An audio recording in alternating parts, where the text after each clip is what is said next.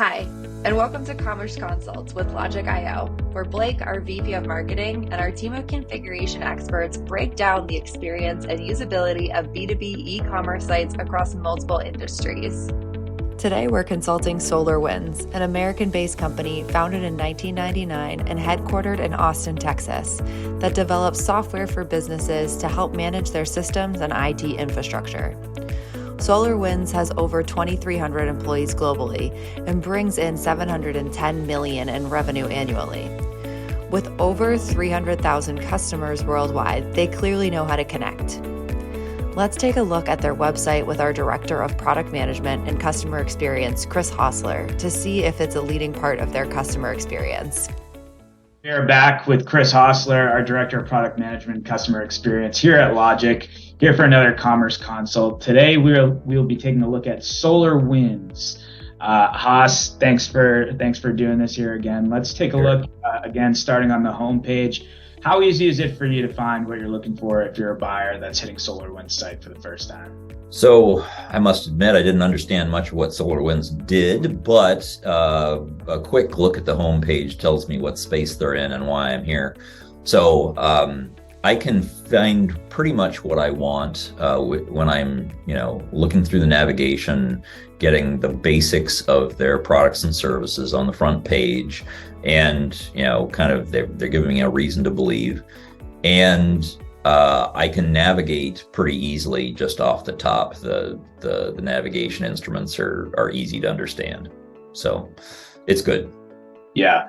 Gotcha. So if once you kind of enter the nav and you're going and trying to take a look at, okay, here's a solution or here's a product that I need, when you're opening that up, how clear is that to you as a buyer, and kind of where does that take you once you go down that path? So I found a couple of interesting things. Like in solutions, some things are configurable, even buyable through a trial. Others are just informational. And I frankly did not kind of understand the difference between the two. So say I am going through by industry, small business, and I can then see, explore all tools, or I can subdivide them into a couple of different categories. I found it very interesting that if I knew what I wanted, I could come down to the products area and kind of get some details about each one. So it's pretty good. Again, I didn't quite understand why the difference between some informational and some somewhat transactional areas of the site, but I thought it was okay. It's a lot of reading, I'll give you that. If I know exactly what I'm after, it's going to take me a while to find it. Yeah. Just hitting on that for a second, just double clicking there, how important do you think it is to have the right expectations set or the right consistency in terms of, the next action on the product page, right? You mentioned that there's, request a demo, there's free trial, there's configure a quote, and you're not sure when you hit a page what the difference between each is. Do you think that's confusing for a buyer, or do you think it just... I think it is. And I think there's some, you might say that SolarWinds could be hedging their bets in that there is this online quote button at the top where they say, well, if you're here to transact, this is what you can do. And then you're basically given, a search that allows you to search through their various products. So I think it's kind of important to understand what you're doing over here, since this upper left hand is usually what we've been trained to go to first. The information is good, but if I'm here to actually get something done and not just read, I want some clues as to what I'm doing over here on the left. Right. That makes sense. So let's say you do want to take an action on one of these products or one of these solutions, right? What does that kind of look like? Obviously the request a demo is probably pretty straightforward. Request a trial is probably pretty straightforward. Yeah. But what else are you able to do as a buyer to let's take a look at like network management, and say I'm worried about, I'm having some sort of VoIP issues, and generally this is a product page that mimics their standard product page, and I can sometimes get a free trial. Other times I can walk through a demo.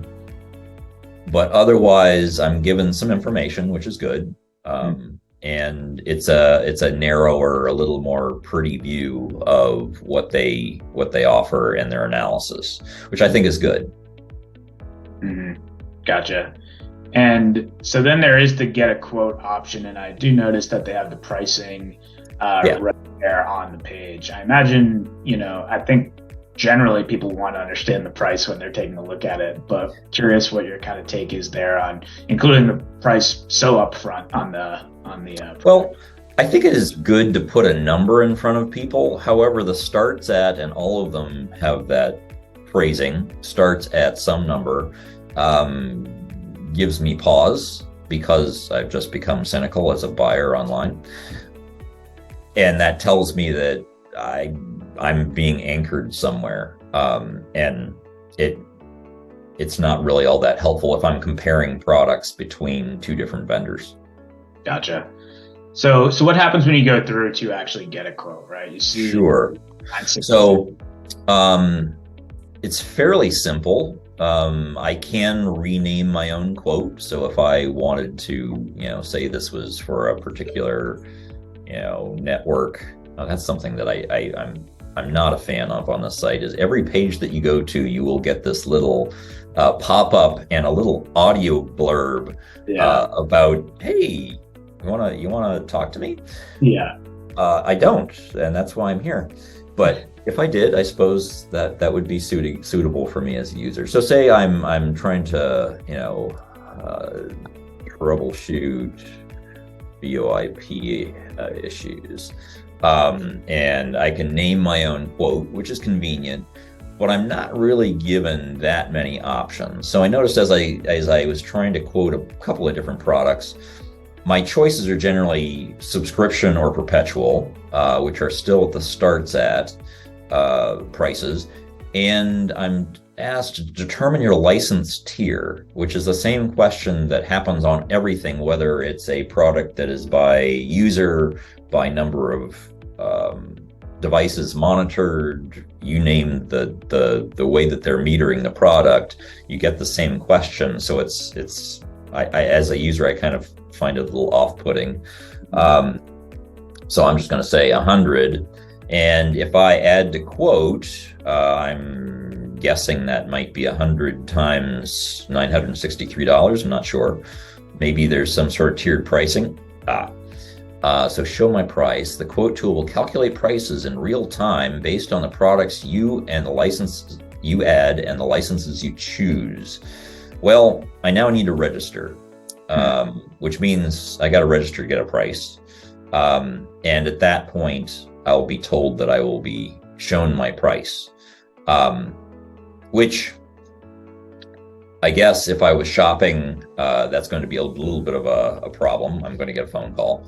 If I am fine with that, or if I really already have a conversation going with SolarWinds, I'll definitely register because they already have my name.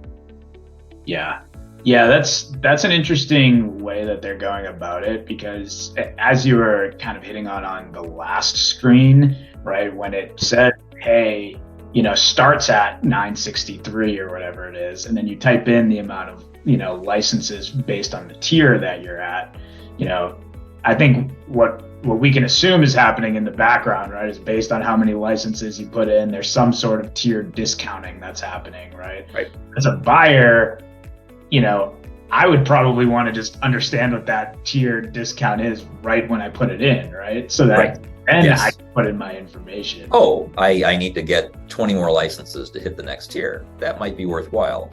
I also do wonder if I've got an agreement going with SolarWinds and that's got a special pricing agreement in place, does that pricing get put on my quote? If they do that, I would say excellent. That is worth probably putting behind a registration link. But the standard list price tiers those are worth showing. Yeah, and one thing that this made me think of too, just to even take a step back, is, we were on a specific product page before we were able to actually go and generate a quote for this specific product and this specific, SKU, so to speak, right? But I imagine with the types of products that SolarWinds is selling, they're generally selling more broad sets of solutions versus one specific SKU. I'm sure they do, right? Some buyers need one SKU at a time, but were you able to see any ability to kind of do any type of solution selling or guided selling on the site? No. So, especially in that SMB area, when I kind of went solutions to industry to SMB, if I'm, whoops, I guess I need to cancel out of that. Oh, there we go. There's a little lag. If I am picking a grab bag of different business products, it would be helpful for me to be asked questions about why am I here? What am I trying to address? And then maybe have some recommendations about, oh, you need A, B, and X, or C, D, and Y, as opposed to like, all right, I'm going to go through one full configuration quoting path for each one, and hopefully they fit together. Bundle some of these things for me if there are common use cases that put a few of them together. Right. Because for SolarWinds, it would help them cross-sell, upsell, put together the right solutions in the full package for a buyer. Whereas it feels like the way that it's constructed today, you have to go through and quote one item at a time and fill that form out one at a time, which doesn't seem ultra convenient. Right. Yeah. Right. Yeah.